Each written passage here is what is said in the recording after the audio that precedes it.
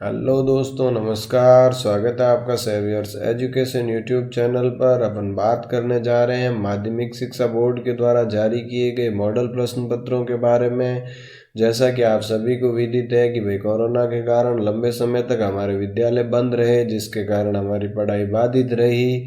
अब और इसी के कारण माध्यमिक शिक्षा बोर्ड ने हमारे सिलेबस में 40% तक की कटौती की है। और अभी जो है उस परीक्षा के पैटर्न के आधार पर मॉडल प्रश्न पत्र तैयार किए गए हैं, ताकि आपको पता चल सके कि भाई परीक्षा का पैटर्न क्या रहेगा। इस पाठ्यक्रम के अनुसार पैटर्न में भी बदलाव किया गया है, ताकि आप प्रश्न पत्र जो है आसानी से समझ सकें, उसका जवाब दे सकें। तो आज के इस वीडियो में अपन कक्षा 10 के सामाजिक विज्ञान के मॉडल प्रश्न पत्र के बारे में चर्चा करेंगे कि भी प्रश्न पत्र कितने अंकों का आएगा, किस प्रकार के प्रश्न पूछे जाएंगे, उनके जवाब अपने को कैसे देने हैं, ये सारी चीज़ें। इससे पहले जो है आपके हिंदी, इंग्लिश, संस्कृत और विज्ञान के प्रश्न पत्रों पर वीडियोस ऑलरेडी बना चुका हूं मैं। अगर आपने वो नहीं देखे हैं तो प्लेलिस्ट में जाके देख लीजिएगा। चैनल को अभी सब्सक्राइब नहीं किया तो सब्सक्राइब कर दीजिएगा, बेल आइकन को प्रेस कर दीजिएगा, ताकि लेटेस्ट वीडियो नोटिफिकेशन आपके पास मिलते रहें।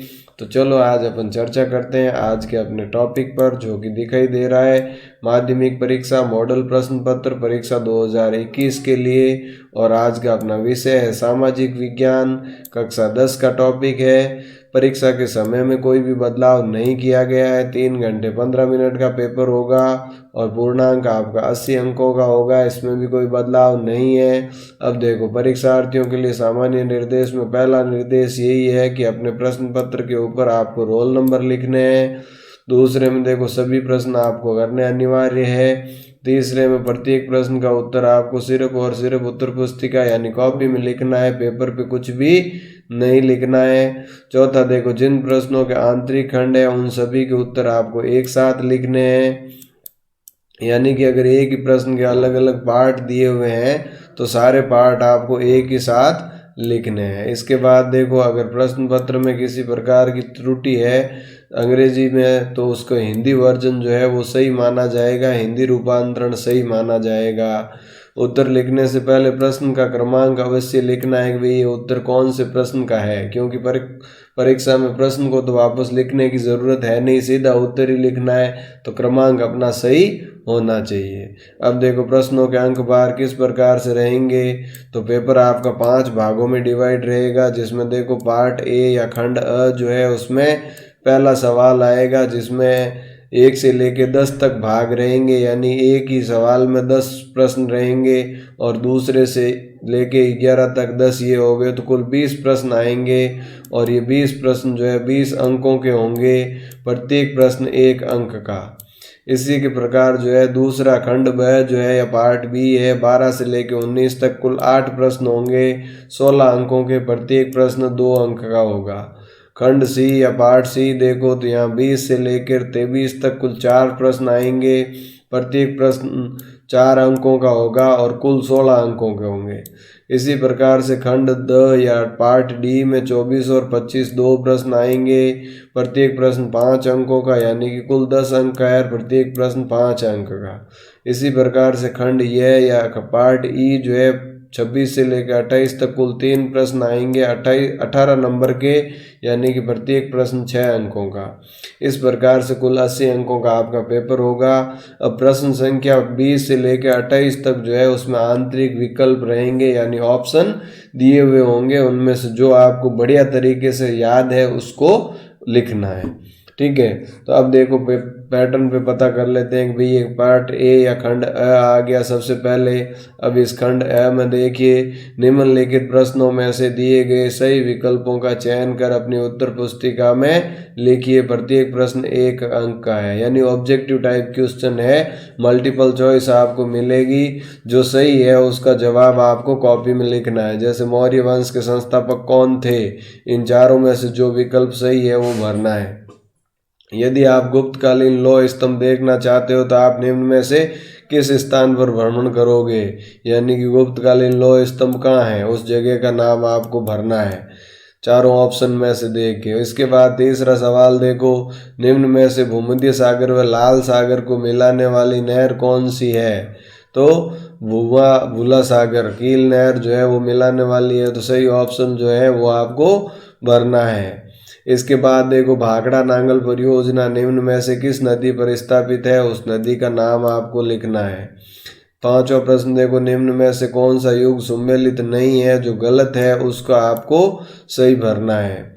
इसके बाद देखो आप यहाँ पर जो है छठा सवाल आपके सामने है कि भाई अंग्रेजी शब्द डेमोक्रेसी का हिंदी में अनुवाद निम्न में से कौन सा है। सही अनुवाद जो है हिंदी में कौन सा है डेमोक्रेसी का, तो यहाँ इनमें से जो है लोकतंत्र, जनतंत्र, प्रजातंत्र या सभी जो सही है वो लिखना है। इसके बाद देखो लोकतंत्र देशभक्ति की भावना को बढ़ाता है, ये कथन किसने कहा था, उसका नाम लिखना है। मूल संविधान में लोकसभा के सदस्यों की संख्या कितनी निर्धारित की गई थी, ये उनकी संख्या बतानी है अपने को। इसके बाद देखो प्रश्न नम्मा जो है कचरे को उपयोगी कच्चे माल के रूप में उपयोग करना क्या कहलाता है। जब हम कचरे को कच्चे माल के रूप में उपयोग करते हैं तो उसको सही तरीके से ऑप्शन भरना है। भारत में प्रथम पंचवर्षीय योजना की समय अवधि क्या थी, वो भरनी है। तो ये 1 से लेकर 10 तक ऑब्जेक्टिव टाइप क्वेश्चन हो गए, प्रत्येक प्रश्न 1 अंक का है। इसके बाद देखो अपन बात करते हैं दूसरे से लेके 8 तक, देखो सभी प्रश्न 1 अंक के हैं और एक पंक्ति में उत्तर देना है। तो वर्धन वंश के संस्थापक कौन थे, उसके बाद राज्यपाल किसकी इच्छा पर्यंत अपने पद पर बना रहता है। इसके बाद देखो भारत में राज्यों की विधानसभा का प्रत्येक सदस्य कम से कम कितनी जनसंख्या का प्रतिनिधित्व करता है। राजस्थान के किस नगर को सीमेंट नगरी भी कहा जाता है। अगला प्रश्न देखो राष्ट्रीय विधिक सेवा दिवस कब मनाया जाता है। स्वच्छ भारत मिशन ग्रामीण का कोई एक उद्देश्य बताओ। लोकतंत्र के एक रूप सामाजिक लोकतंत्र का क्या अर्थ है, ये बताना है।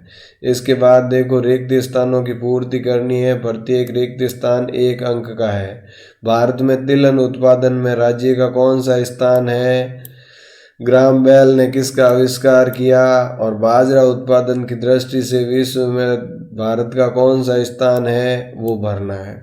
ये आपका खंड अ कंप्लीट हो गया, जिसमें 20 प्रश्न थे 20 अंकों के। अब देखो खंड ब पार्ट बी आ गया। मौर्य काल में समाहर्ता के कार्य बताइए, 2 अंक का सवाल। रोलेट एक्ट को काला कानून क्यों कहा जाता है, रोलेट एक्ट में ऐसा क्या था, 2 नंबर। नकदी फसलें क्या होती है, कोई 2 नकदी फसलों के नाम बताइए। आपके विचार से सड़क दुर्घटनाओं को कम करने के लिए क्या प्रयास किए जाने चाहिए।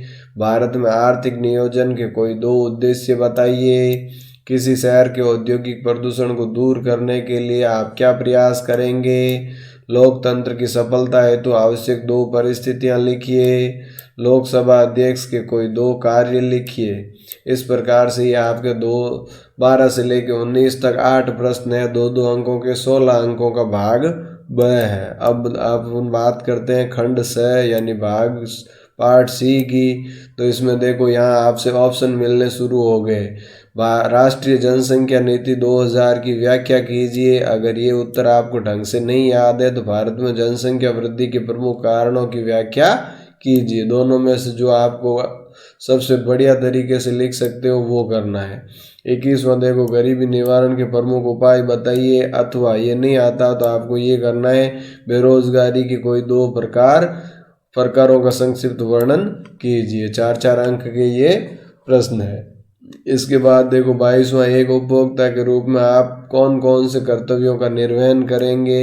अगर ये नहीं पता तो आपको ऑप्शन दूसरा अथवा में मिल रहा है कि सूचना का अधिकार अधिनियम 2005 के अंतर्गत आप किस प्रकार सूचना प्राप्त करेंगे। तो 4 अंक का ये प्रश्न है।